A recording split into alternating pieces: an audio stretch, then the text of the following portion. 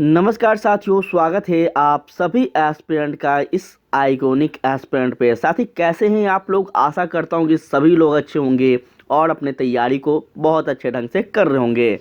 प्यारे साथियों, आज के इस सेशन में हिंदी साहित्य के इतिहास जो कि हम कर चुके हैं, हम पढ़ रहे हैं अभी आपका पूरा संपूर्ण हिंदी, जिसमें आप टीजीटी, पीजीटी या फिर एलटी ग्रेड या फिर आप केवीएस, DSSB असिस्टेंट प्रोफेसर और आपका नेट जीआरएफ, जो कुछ भी भारत के जितने भी शिक्षक से संबंधित एग्जाम है महत्वपूर्ण जिसमें हिंदी साहित्य पूछे जाते हैं, इन सभी क्वेश्चंस का हम अध्ययन कर रहे हैं। जो कि आप देख पा रहे होंगे, यह आपका यूथ कंपटीशन टाइम का बुक है।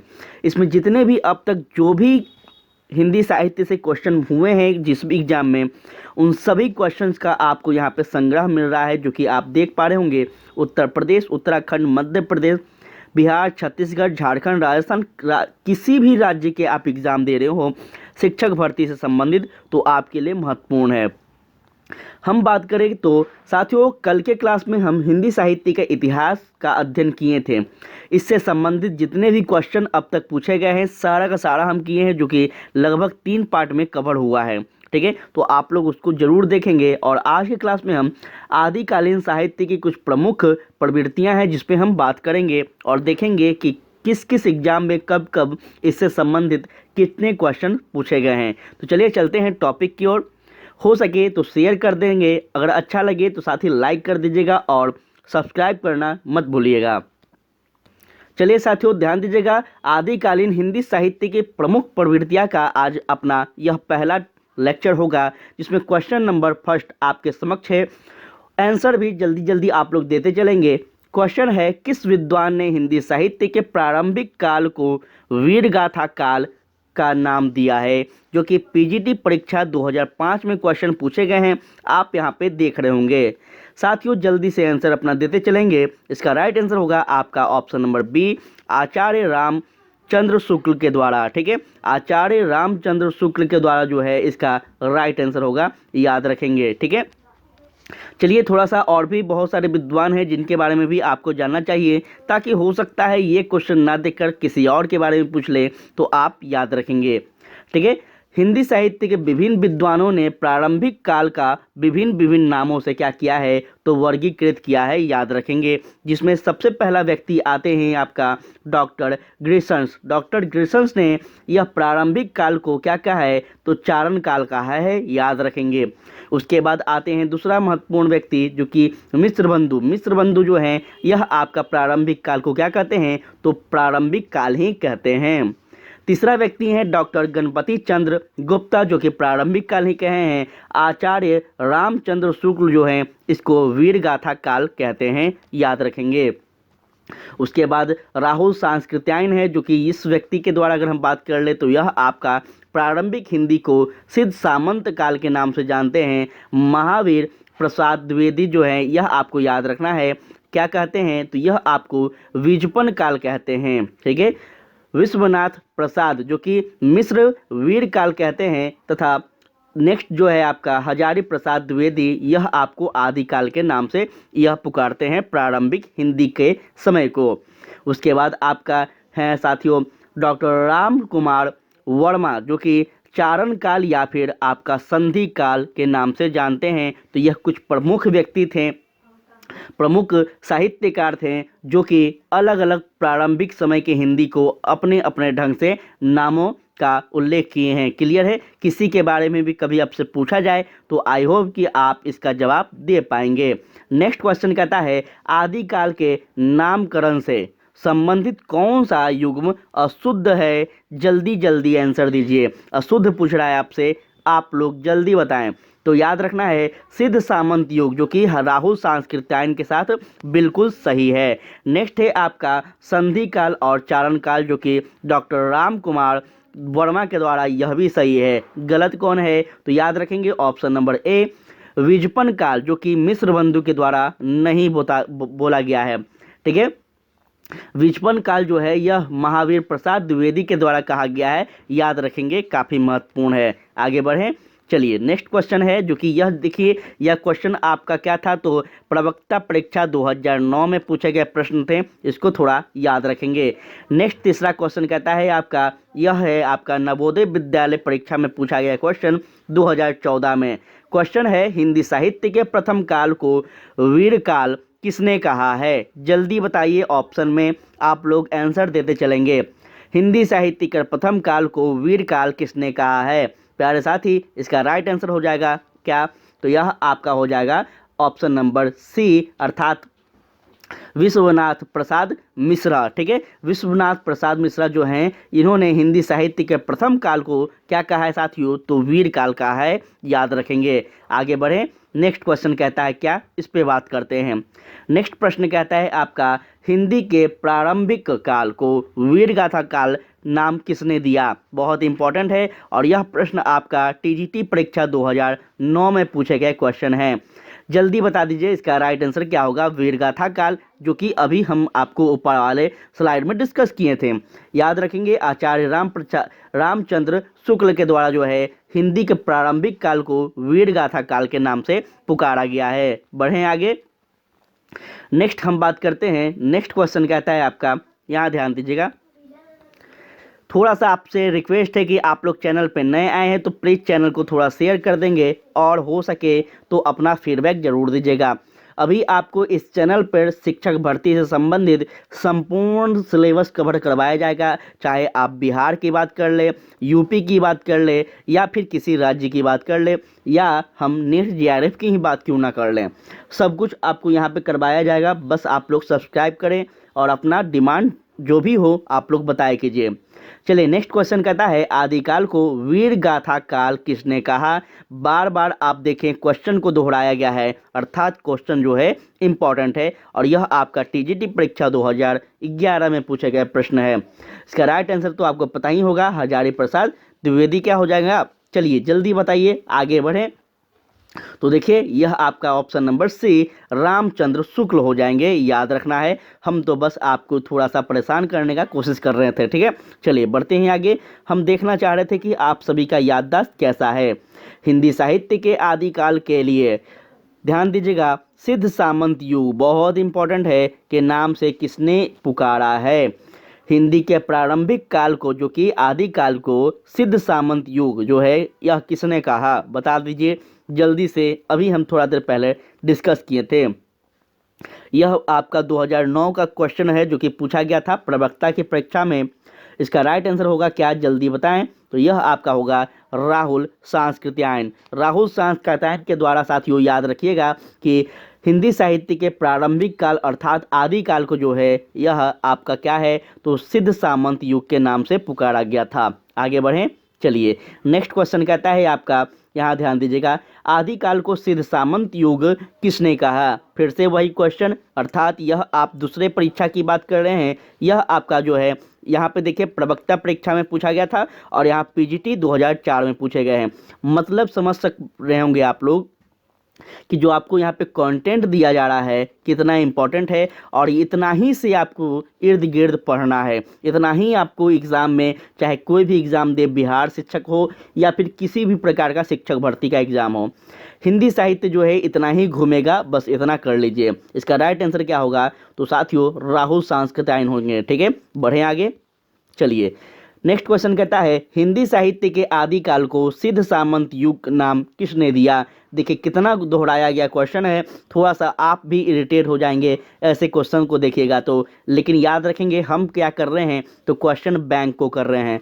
क्वेश्चन बैंक है और हमें यहाँ पे ध्यान देना होगा कि कौन सा क्वेश्चन कितने बार पूछे गए हैं और कौन कौन से एग्जाम में पूछे गए हैं, जिससे अपना एक जो समझने का तरीका है और भी बेहतर होगा। और यहाँ पे देखिए, यह जो राहुल सांस्कृत्यायन का जो सिद्ध सामंत युग है, यह कई बार क्वेश्चन पूछा गया है, जो कि पीजीटी में पूछा गया है, प्रवक्ता में पूछा गया है, सभी एग्जाम में पूछे गए हैं भर भर कर। ठीक है, तो याद रखेंगे, आगे बढ़ें। नेक्स्ट क्वेश्चन कहता है आपका कि आदिकालीन हिंदी साहित्य को सिद्ध सामंत काल कहने वाले विद्वान का, मतलब एक ही क्वेश्चन कई बार दोहराएगा, किसने कहा, विद्वान का नाम क्या था, मतलब इस प्रकार से, तो थोड़ा इसको याद तो रखना होगा। आगे बढ़े, नेक्स्ट क्वेश्चन हम बात करते हैं। तो नेक्स्ट क्वेश्चन यहाँ ध्यान दीजिएगा, कहता है, ध्यान दीजिएगा, कहता है आदि काल को विजपन काल का नाम किसने दिया। बहुत इंपॉर्टेंट है, विजपन, विजपन का नाम जो है या किसने दिया था, तो याद रखेंगे प्यारे साथी, यह आपको क्या है, तो राइट आंसर आचार्य महावीर प्रसाद द्विवेदी हो जाएंगे। ठीक है, प्रारंभिक जो हिंदी साहित्य का समय था, इसको विजपन काल के नाम से किसने पुकारा था, तो आचार्य महावीर प्रसाद द्विवेदी होंगे। ठीक है, आगे बढ़ें। नेक्स्ट क्वेश्चन पे बात करें तो ध्यान देंगे, कहता है आदिकाल के लिए विजपन काल नामकरण किसने किया था।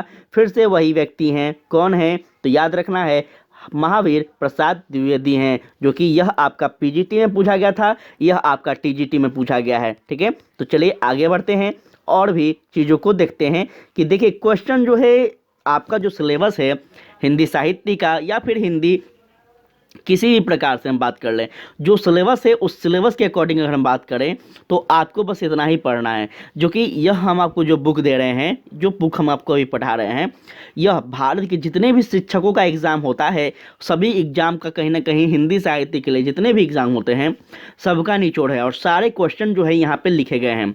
तो इस चीज़ को थोड़ा आप समझिएगा, अगर इतना आप कर लेते हैं तो 100% इससे बाहर नहीं जाएगा बीपीएससी शिक्षक भर्ती हुई, गारंटी है। प्रैक्टिस सेट के पीछे मत भागिए, अभी बहुत टाइम है और सबसे बड़ी बात है कि जो प्रैक्टिस सेट मार्केट में आ रहा है वो सारा का सारा पुराना है। ठीक है, इस बात को याद रखेंगे, कोई भी प्रैक्टिस सेट नया नहीं है, सारा का बस कवर चेंज है। ठीक है, चलिए बढ़े आगे। आदिकाल को विजपन काल किसने कहा, तो फिर वही व्यक्ति हैं महावीर प्रसाद द्विवेदी, जो कि यहाँ पे पीजीटी परीक्षा 2005, यहाँ पे पीजीटी परीक्षा 2003 में पूछे गए क्वेश्चन हैं। ठीक है, आदिकाल का वीर काल नामकरण किसने दिया। आदिकाल का जो है वीर काल जो है यह आपका नाम किसने दिया था, जल्दी बताइए, यह आपका टीजीटी परीक्षा में पूछे गए क्वेश्चन है। वीर काल जो कहने वाले महान भाव हैं, विद्वान हैं, वह किसने हैं, कौन हैं, तो याद रखेंगे विश्वनाथ प्रसाद मिश्रा हैं। विश्वनाथ प्रसाद मिश्रा के द्वारा साथियों प्रारंभिक हिंदी साहित्य को या फिर आदिकाल को जो है आपका वीर काल के नाम से पुकारा गया था, याद रखेंगे। नेक्स्ट क्वेश्चन कहता है आपका कि हिंदी साहित्य के प्रथम काल को आदिकाल नाम किसने दिया। हिंदी साहित्य के प्रथम काल को आदिकाल नाम किसने दिया, बताते चलिए जल्दी जल्दी आप सभी लोग, इसका आंसर क्या होगा। आदिकाल की बात की जा रही है तो यहाँ पे आप याद रखेंगे यह व्यक्ति होंगे आपका हजारी प्रसाद द्विवेदी। ठीक है, हजारी प्रसाद द्विवेदी के द्वारा साथियों हिंदी साहित्य के प्रथम काल को जो है आदि काल के नाम से पुकारा गया, याद रखेंगे, काफ़ी महत्वपूर्ण है।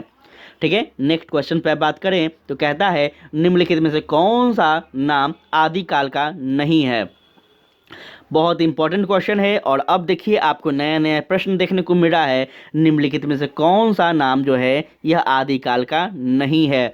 चलिए, क्या वीर का था काल, चारण काल, गद्य काल या फिर सिद्ध सामंत काल। तो हमने क्या पढ़ा, हम अभी ऊपर वाले जितने स्लाइड में पढ़े हैं उन सभी विद्वानों के बारे में, उनके द्वारा जो आदिकाल है वह कहीं ना कहीं वीरगाथा काल भी है, चारण काल भी है, सिद्ध सामंत काल भी है। तो क्या हो जाएगा साथियों, इसका राइट आंसर आपका ऑप्शन नंबर सी हो जाएगा। समझ आएंगे ऑप्शन नंबर बी अर्थात गद्य काल, जो कि पीजीटी परीक्षा 2011 में पूछे गए हैं। यह जो गद्य काल है साथियों यह आदिकाल नहीं है, याद रखेंगे। चलिए बढ़े आगे, नेक्स्ट क्वेश्चन पे बात करते हैं।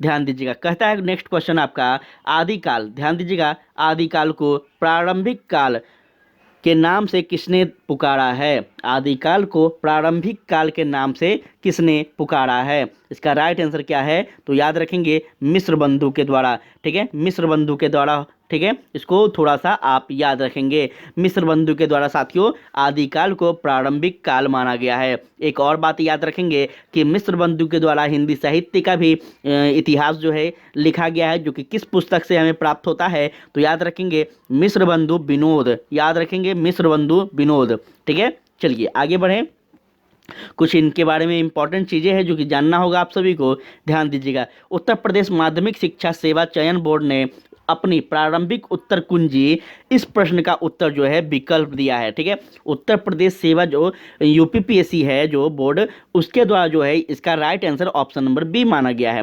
किंतु संशोधित उत्तर कुंजी ने इस प्रश्नों का मूल्यांकन कर किया है, और चूंकि मिश्र बंधु और डॉक्टर आपका गणपति चंद्र गुप्त दोनों ने आदिकाल को प्रारंभिक काल माना है, और विकल्प आपका केवल मिश्र बंधु है। तो थोड़ा यहाँ पे याद रखना है, दो व्यक्ति जो हैं यह प्रारंभिक हिंदी साहित्य को क्या मानते हैं, तो याद रखना है इसको, इसके इनके बारे में। यहाँ पे दो व्यक्ति हैं, एक मिश्र बंधु हैं और एक गणपति चंद्र गुप्ता हैं। इन दोनों ने आदि काल को क्या माना है, तो प्रारंभिक काल माना है, जो कि इनको याद रखेंगे। हो सकता है आपको कोई भी ऑप्शन मिल जाए। आगे बढ़े, नेक्स्ट क्वेश्चन यहाँ पे ध्यान दीजिएगा।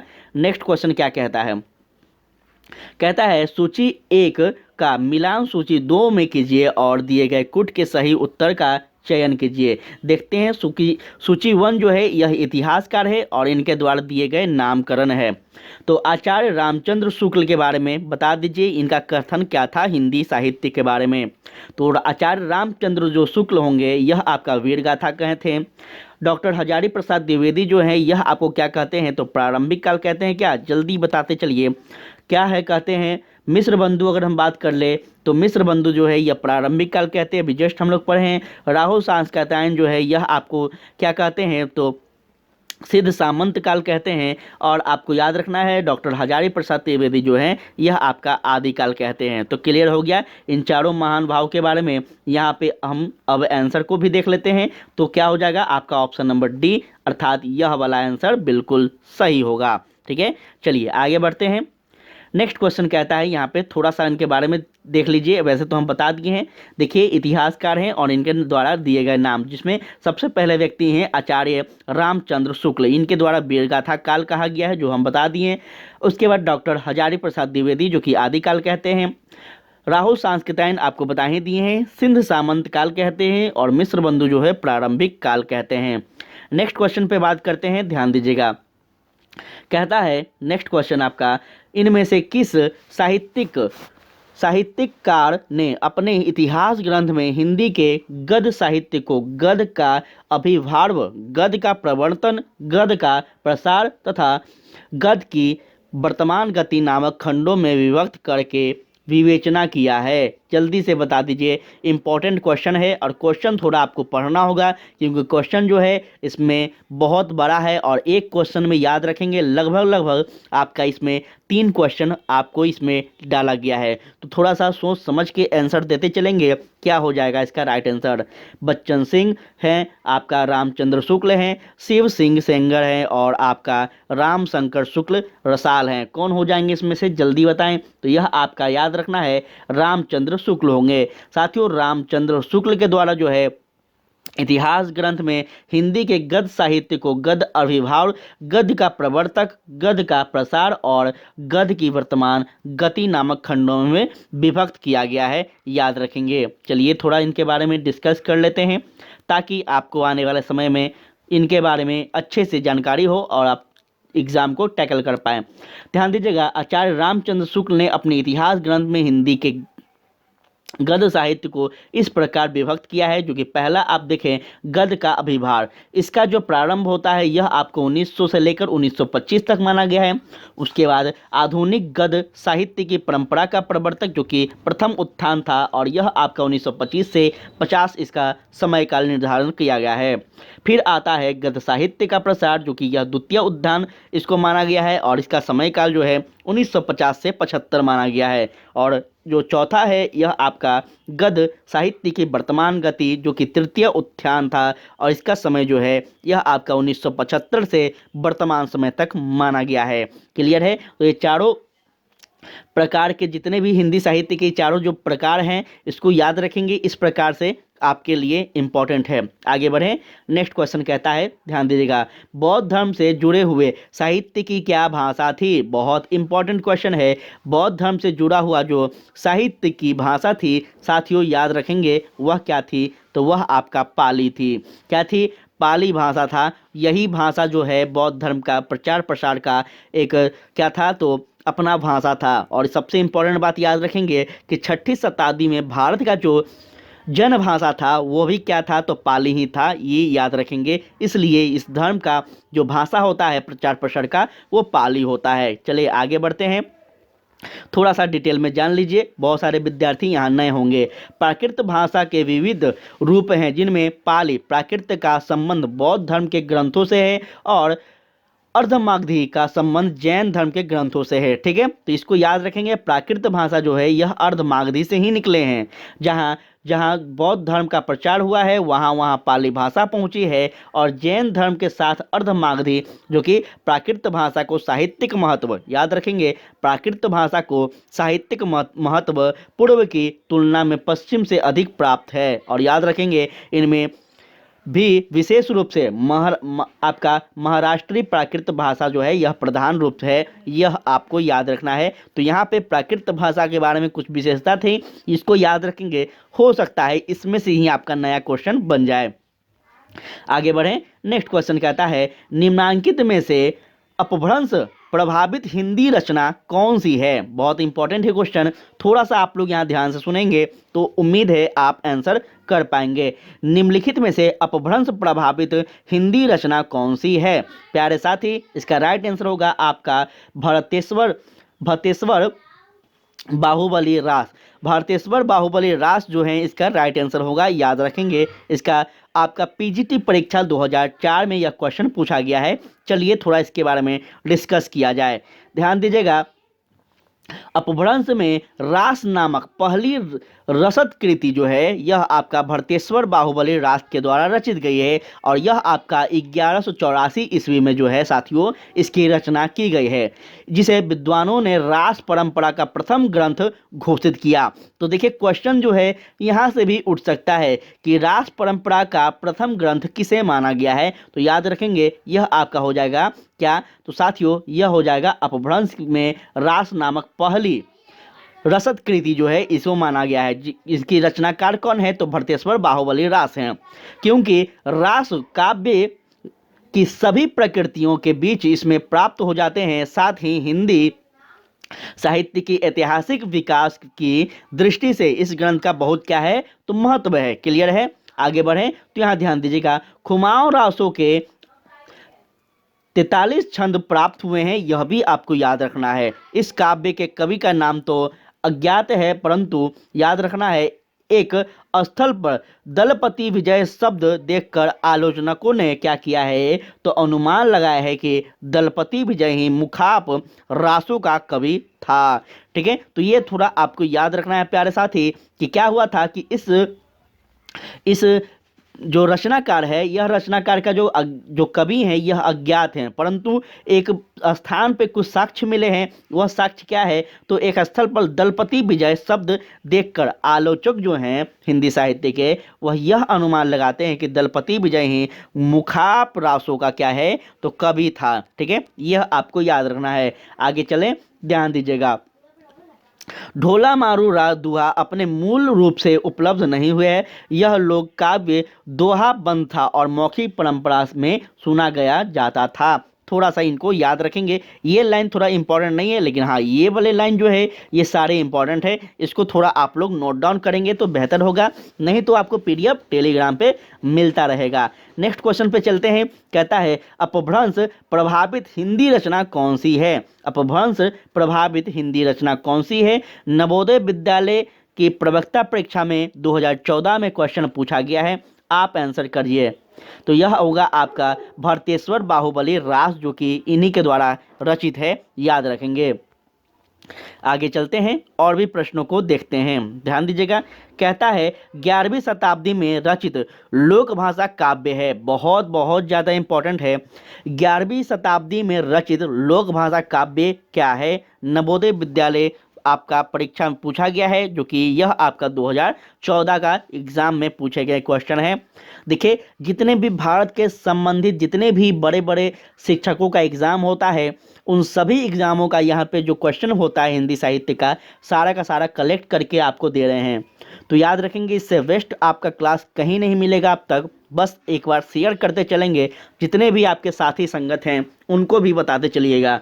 इसका राइट आंसर होगा साथियों आपका ढोला मारू रा दुहा, जो कि अभी जस्ट हम आपको इसके बारे में डिस्कस भी किए हैं। ठीक है, यह आपका 11वीं शताब्दी में जो रचित लोक भाषा काव्य है यह क्या है, तो ढोला मारू रा दुहा है, याद रखिएगा। ठीक है, ढोला मारू रा दुहा 11वीं शताब्दी में रचित एक लोक भाषा काव्य है। ठीक है, याद रखिएगा। दुहा घनान पुराना अछई पंक्ति इसकी प्राचीनतम की ओर संकेत करती है। और मूलतः याद रखेंगे कि दोहों में रचित इस लोक काव्य को 17वीं शताब्दी में कुशल राय वाचक के कुछ चौपाइयाँ जोड़कर इसको विस्तारित किया गया है। तो आपसे पूछे जाएंगे तो हो सकता है आप इसको भी याद रखेंगे। आगे बढ़ें, ध्यान दीजिएगा। कहता है साली भद्र सूरी की रचना का नाम क्या है। साली भद्र सूरी की रचना का नाम क्या है। भरतेश्वर बाहुबली रास, नेमिनाथ रास, सुमिनित रास या फिर जयचंद्रिका क्या है। इसका टीजीटी परीक्षा 2013 का यह क्वेश्चन है साथियों। आपका राइट आंसर होगा भरतेश्वर बाहुबली रास। ठीक है, याद रखेंगे। देखिए, एक व्यक्ति के बारे में हम लोग अभी पढ़े हैं और इससे संबंधित कितने प्रकार के आप क्वेश्चन देख सकते हैं। ऐसे अनेकों क्वेश्चन बनते हैं जब हम इस डिटेल वाले को पढ़ते हैं। ठीक है, चलिए आगे बढ़ते हैं और इसके बारे में समझते हैं थोड़ा डिटेल में। साली भद्र सूरी की रचना का नाम जो है यह भरतेश्वर बाहुबली रास है। मुनि जो कि विजय, यहाँ ध्यान दीजिएगा, मुनि जिन विजय ने इस ग्रंथ को जैन साहित्य की रास परंपरा का प्रथम ग्रंथ माना है। तो कभी आपसे पूछ लिया जाए कि जैन साहित्य रास की प्रथम परंपरा ग्रंथ कौन है, अलग अलग नाम दिए जाएंगे तो आप याद रखेंगे कौन है, तो मुनि जिन विजय है। ठीक है, और इस प्रकार से याद रखेंगे इसको माना गया है। ठीक है, इसकी रचना जो है 1184 में की गई थी। साली भद्र सूरी ने की थी इसकी रचना। ये अपने समय में जो है प्रसिद्ध जैन आचार्य अच्छे कवि थे। ठीक है, इस ग्रंथ में आपको याद रखना है कि भरतेश्वर तथा बाहुबली के रचित का वर्णन है, चरित्र का वर्णन है, ये थोड़ा आपको याद रखना है। पंच पांडव चरित्र रास के रचयिता कौन है। पंच पांडव चरित्र के रास के रचयिता कौन है, यह आपको प्रवक्ता परीक्षा 2005 का क्वेश्चन है। याद रखेंगे साली भद्र सूरी। साली भद्र सूरी के बारे में याद रखेंगे, काफ़ी महत्वपूर्ण है। पंच पांडव रचित रास के रचयिता साली भद्र सूरी नामक प्रसिद्ध जैन आचार्य हैं, याद रखेंगे। अब आपसे क्वेश्चन यह भी पूछे जा सकते हैं कि साली भद्र सूरी जो हैं यह किस धर्म के जो थे, किस धर्म के आचार्य थे, तो याद रखेंगे जैन धर्म के आचार्य थे एवं उच्च कोटि के कवि भी रहे हैं। भारतेश्वर बाहुबली रास नामक ग्रंथ इनकी एक अन्य प्रसिद्ध रचना है जिसे रास परंपरा का प्रथम ग्रंथ माना गया है। तो आपसे रास परंपरा का प्रथम ग्रंथ पूछ देगा बीपीएससी, इनमें से एक से अधिक इस प्रकार से क्वेश्चन देगा, तो याद रखेंगे। अपभ्रंश शब्द का सबसे पहले उल्लेख किसने किया था। वेरी वेरी इंपॉर्टेंट है, बहुत इंपॉर्टेंट है। अपभ्रंश शब्द का सबसे पहले उल्लेख किसने किया था, जो कि आपका दिल्ली केंद्रीय विद्यालय परीक्षा, बहुत इंपॉर्टेंट है। इतने बड़े बड़े संस्था के द्वारा आयोजित की जाने वाली परीक्षाओं में आप इस प्रकार से क्वेश्चन देख पा रहे होंगे। तो जल्दी बताएं, पाणिनि है, पतंजलि है, नागार्जुन है या फिर आपका सहरपा है, कौन हो जाएंगे। अपभ्रंश भाषा के सबसे पहले उल्लेख करने वाले जो व्यक्ति थे यह आपका पतंजलि थे, याद रखेंगे, बहुत इंपॉर्टेंट है। आगे बढ़ें और इनके बारे में थोड़ा जान लेते हैं डिटेल में। अपभ्रंश शब्द का सबसे पहले उल्लेख जो है यह महाभाष्यकार पतंजलि ने किया था, बहुत इंपॉर्टेंट है। जिसके पता चलता है कि संस्कृत साधु शब्द के लोक चरित्र, याद रखिएगा, विधि रूप अपभ्रंश कहलाते थे। ठीक है, ये बातें याद रखना होगा, बहुत इंपॉर्टेंट है साथियों। चलिए, तो आज के क्लास को हम यहीं पे समाप्त करते हैं। नेक्स्ट जो क्वेश्चन बचा हुआ है वह कल के क्लास में हम डिस्कस करेंगे। ठीक है ना, डेली 25 क्वेश्चन करेंगे और अच्छे ढंग से पढ़ेंगे। और आपका जो प्रैक्टिस सेट है जीएस का, ये भी लगातार चैनल पर आ रहा है, तो आप लोग इसको भी देखिए। आपका सारा कंफर्म हम सब्जेक्ट जो है कवर करवाएंगे। जीएस भी आपका कवर होते जाएगा और जो आपका विषय है जैसे हिंदी, हिस्ट्री, यह भी हम आपको कवर करवाते चलेंगे। ठीक है, तो आज के लिए इतना ही। जय हिंद, जय भारत।